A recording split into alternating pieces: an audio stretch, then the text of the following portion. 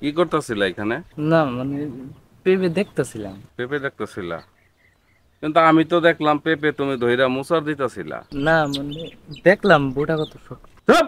মিথ্যা কথা বলার আর জায়গা পাও না না? পেঁপে গাছ আমার, আর তুমি পেঁপে গাছের নিচে বৈশা পেঁপে দেখতেছো। এটা কি কেউ কেউ মানবে এই কথা? হ্যাঁ? আর একটা পেঁপে চুরি করে নিয়ে তুমি কি এমন করতে পারতা? পেঁপে ভালো লাগছে সেটা তুমি আমাকে বলতা। আমি বললে কি তোমাকে একটা পেঁপে দিতাম না? শোনো, এখানে কেউ ছিল না আশেপাশে, এটা সত্যি কথা। আমি দূর থেকে ফলো করে আসছি। কিন্তু আমি যদি নাও থাকতাম, তারপরেও কিন্তু এখানে তোমাকে কেউ না কেউ দেখতো। কে দেখতো জানো? যে আমাকে তোমাকে সৃষ্টি করছে মহান আল্লাহ। আল্লাহর চোখ কখনো ফাঁকি দেওয়া যায় না। আর এটার জন্য তোমার পরপারে হিসাব দিতে হইতো।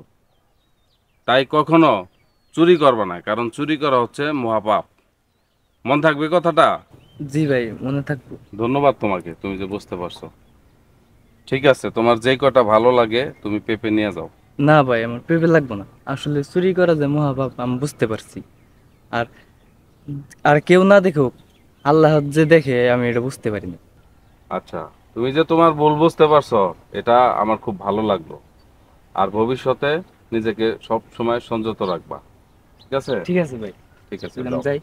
আসসালামু আলাইকুম। ওয়ালাইকুম আসসালাম।